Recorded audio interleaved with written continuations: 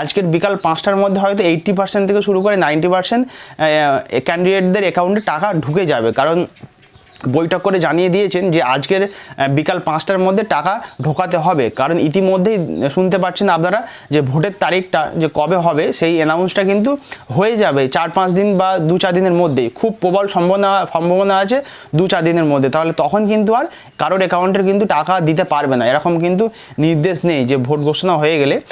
আপনারা সবাই জানেন যে ইলেকশন কমিশনের আন্ডারে থাকে রুলস অ্যান্ড রেগুলেশন সমস্ত কিছু, সেক্ষেত্রে রাজ্য সরকার কোনো ভোটারদের অ্যাকাউন্টে বা কারোর অ্যাকাউন্টে টাকা দিতে পারে না। সেক্ষেত্রে একটা সমস্যা কিন্তু একটা রয়েছে, সেই জন্য যত তাড়াতাড়ি সম্ভব চাইছে, নবান্ন থেকে নির্দেশ দিচ্ছে যে যত তাড়াতাড়ি সম্ভব রেজিস্ট্রেশন করুন বা ব্লক লেভেলে যারা এন্ট্রি করছেন এন্ট্রি করুন, কারণ সবার অ্যাকাউন্টে টাকা খুব তাড়াতাড়ি দেওয়া হবে। অর্থাৎ আজ শুক্রবার, আজকের বিকাল 5টার মধ্যে সমস্ত যুবসাথী গ্রাহকদের অ্যাকাউন্টে টাকা পৌঁছে যেতে পারে বা একটা টাকা আসার প্রবল সম্ভাবনা রয়েছে। কারণ গতকাল অর্থাৎ বৃহস্পতিবার নবান্নে বৈঠক করেন মাননীয় মুখ্যমন্ত্রী, বৈঠক করে সমস্ত অফিসারদের বলেন বা ডিএম প্রশাসনিক লেভেলে যারা আছে তাদের সাথে মিটিং করে বলেন যে আজকের শুক্রবারে বিকাল 5টার মধ্যে যুবসাথী শুধু নয়, যুবসাথী তো আছেই, তার সাথে কৃষক বন্ধু আছে, ভূমিহীন ক্ষেতমজুর আছে, সবার অ্যাকাউন্টে যাতে টাকা চলে যায়